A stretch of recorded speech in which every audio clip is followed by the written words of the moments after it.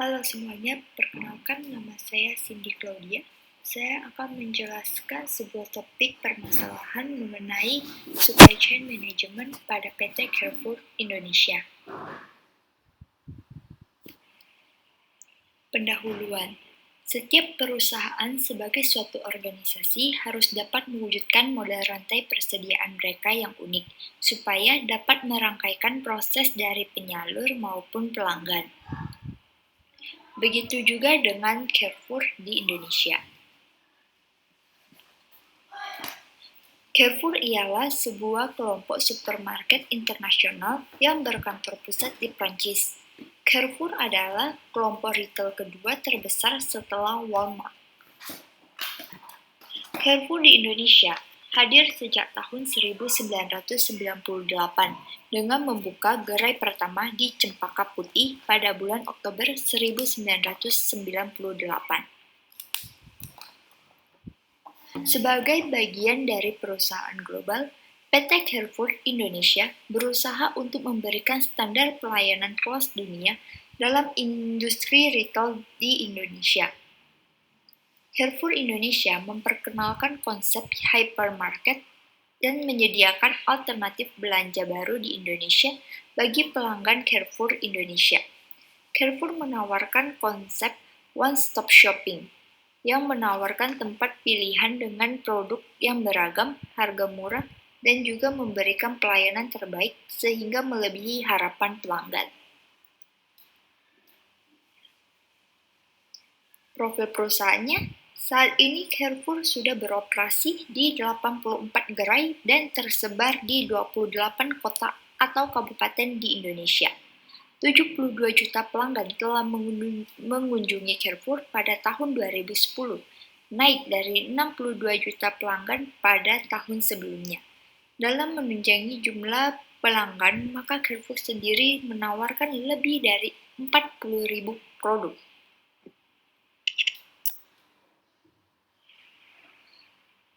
Landasan teori. Berikut ada 5 poin yang akan saya bahas mengenai supply chain management, yaitu terdapat pengertiannya, tujuan dan penerapan dari supply chain management, manfaat, proses, serta strategi dalam supply chain management.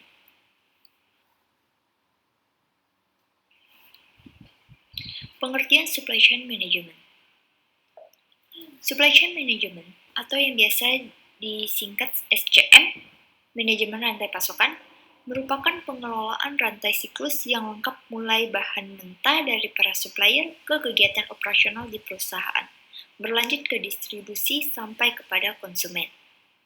Sederhananya, supply chain management adalah mekanisme yang menjadi penghubung antara semua pihak yang bersangkutan.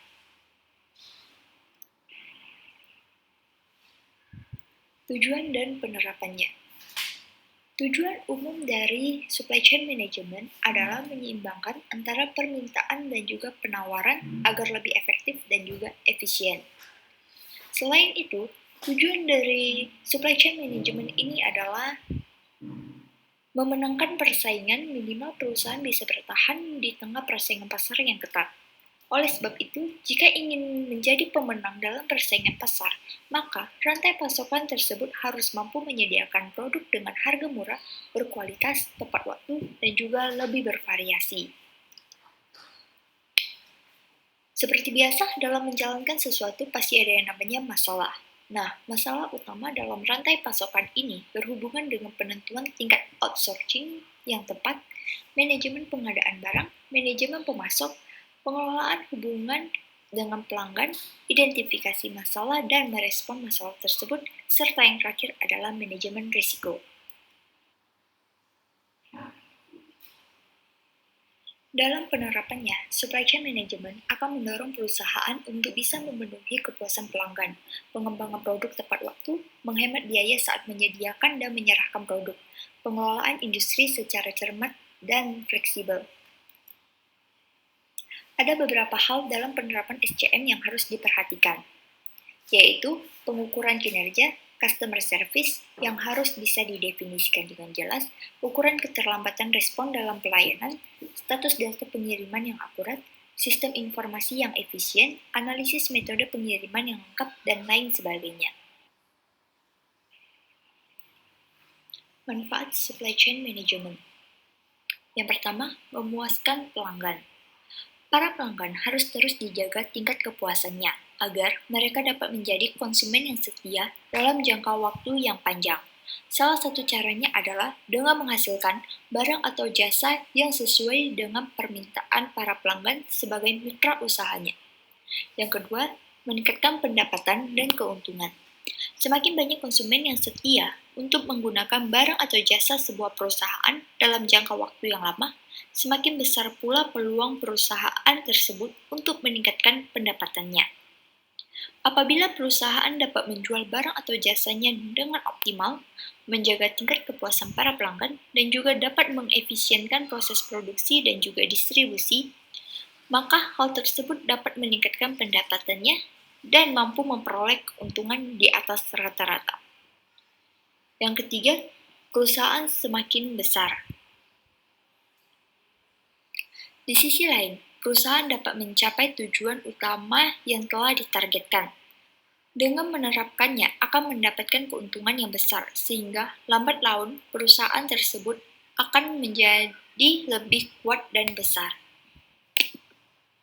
Yang keempat, menurunkan biaya. Dengan adanya supply chain management, sebuah perusahaan dapat menekan biaya yang harus mereka keluarkan untuk proses pengadaan barang, produksi, dan juga pendistribusian barang atau jasa. Dan yang terakhir adalah menjadi mediasi pasar.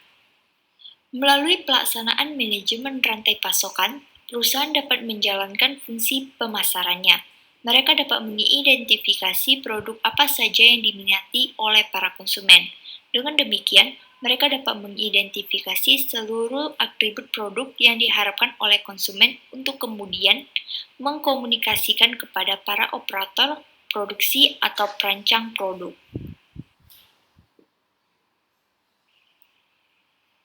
Proses supply chain management. Dalam proses supply chain sendiri terdiri dari beberapa tahapan. Tahapan yang pertama adalah customer atau pelanggan. Pelanggan merupakan mata rantai pertama yang melakukan permintaan pesanan produk yang ditawarkan oleh perusahaan.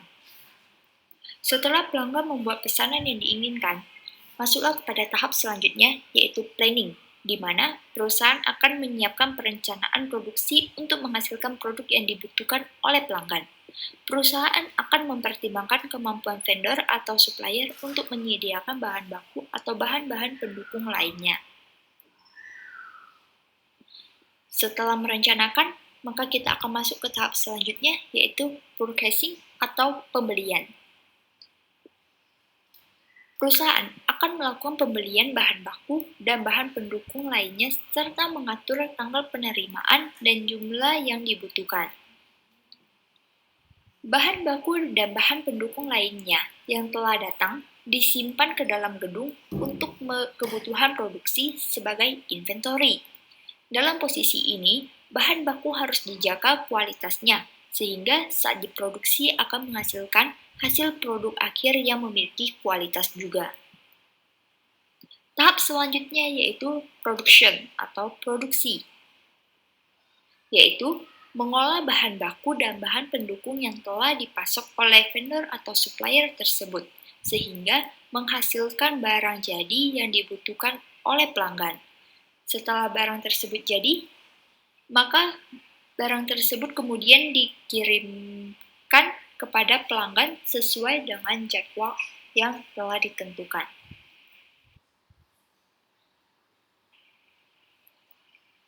Strategi supply chain management. Yang pertama, membangun hubungan dengan pemasok. Hal ini sangat penting untuk dilakukan karena dengan membangun kemitraan yang baik dengan pemasok akan mewujudkan kesuksesan rantai pasokan. Strategi yang kedua adalah meningkatkan respon pelanggan agar tetap kompetitif, kemudian fokus pada meningkatkan layanan pelanggan. Salah satu cara yang bisa meningkatkan layanan pelanggan adalah dengan meningkatkan frekuensi pengiriman produk yang lebih cepat, di mana pelanggan akan merasa puas dengan ketepatan waktu tersebut. pembahasan. Sebelum saya lanjutkan, saya hanya ingin memberitahukan bahwa supply chain management pada Carrefour sebenarnya sudah dikembangkan sejak lama, ketika Carrefour baru memiliki beberapa gerai. Dan itu pun masih sangat sederhana. Fungsinya saja hanya untuk membantu proses penerimaan barang di gerai.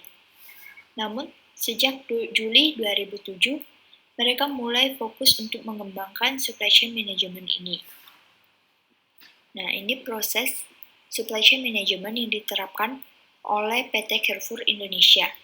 Metode yang dipakai mereka adalah proses just-in-time di pusat distribusi atau distribution center yang disebut cross-dock. Tujuannya adalah untuk mengefisienkan proses sehingga tidak diperlukan adanya stok di pusat distribusi. Artinya, ketika pemasok mengirim barang hari ini ke DC, maka keesokan harinya barang tersebut sudah dikirim ke gerai-gerai. Nah, ini ada contoh supply chain PT Carrefour yang tidak menerapkan penggunaan DC atau distribution center.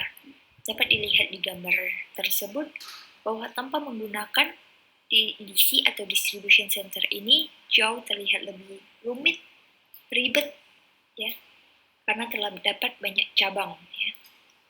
Sedangkan ini supply chain PT Carrefour yang telah menerapkan penggunaan DC atau distribution center jauh terlihat lebih simple, mudah, dan tidak acak-acakan seperti yang tidak menggunakan DC.